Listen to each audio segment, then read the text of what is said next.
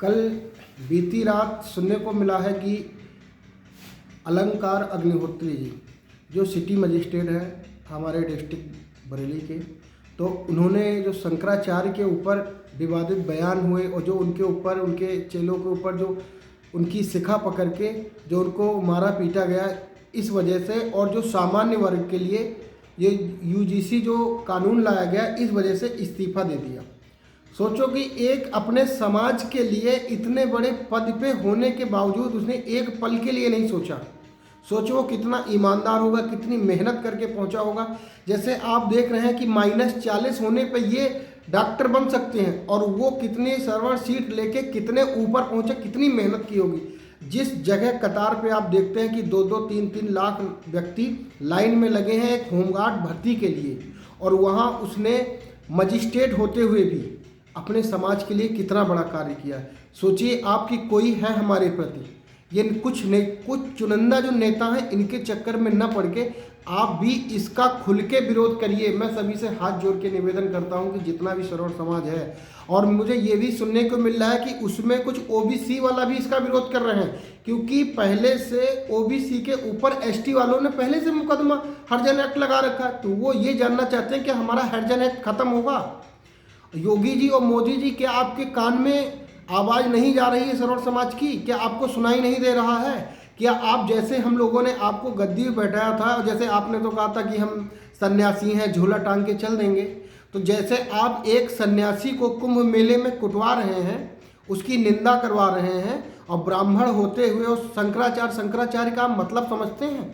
कुछ लोगों ने आपके ऊपर टिप्पणी की, मगर हम लोग क्या है कि सरोवर समाज आपके प्यार में और आपके व्यवहार में इतना अंधा हो चुका था कि लोग उसको अंधभक्त भी कहते थे तो वो बर्दाश्त कर लेता था, कि सोचता था कि ये देव पुरुष हैं, ये कहीं जाते हैं। मगर बाद में पता चला कि जिसके आपने प्रणाम किया उसकी तो आपने वाट लगा दी, लंका लगा दी।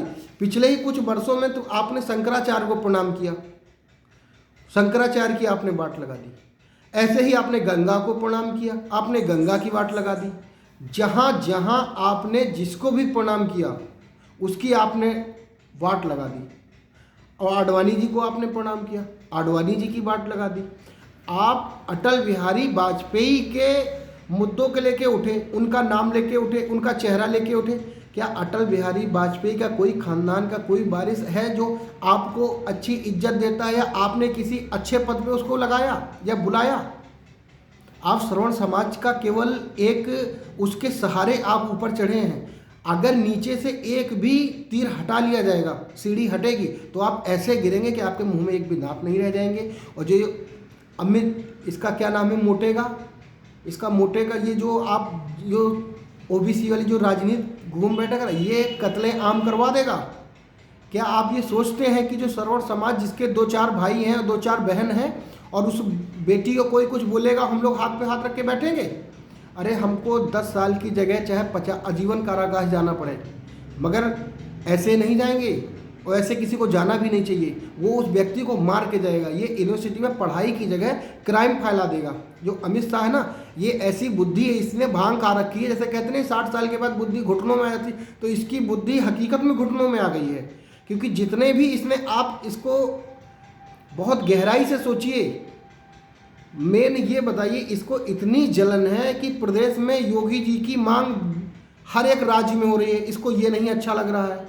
ये अपने षड्यंत्र रचता है और योगी जी को हटाना चाहता है, क्योंकि वो सरोवर समाज से आते हैं, एक बहुत गरीब घर से आते हैं, इसको ये नहीं अच्छा लगता है। अमित शाह आखिर क्या करके मानोगे?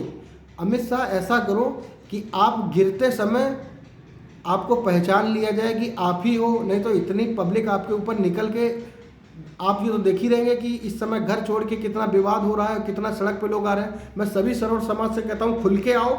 और मैं एक संदेश और देना चाहता हूँ, मुलायम सिंह को वोट न दो, ना मायावती को दो, ना बीजेपी को दो, आप सीधे राजा भैया की पार्टी को वोट दो। मैं राजा भैया से खुल के निवेदन करता हूं कि वो हर जिले में अपने कैंडिडेट खड़ी करें, या फिर कारणी सेना ऐसे अपने जगह जगह पे व्यक्ति को खड़ा करे और टिकट दे, उसको वोट दो। जो भी समाज है, ये चाहे मुलायम हो, चाहे मायावती हो, चाहे चंद्रशेखर, सब अपनी जाति के लिए हैं। अगर कोई सरोवर समाज एक मीटिंग करता है तो सबके कान में जू रेंग जाते हैं। इतनी दोगली राजनीति हो रही है प्रदेश में कि मैं क्या बताऊं। जिसको हम लोग देवतुल्य मानते थे, कोई बोलता था तो अच्छा नहीं लगता था, नरेंद्र मोदी जी। तो नरेंद्र मोदी जी आप अब तैयार हो जाइए, आप झोला टांगे को हिमालय की तरफ जाएंगे। जय भारत।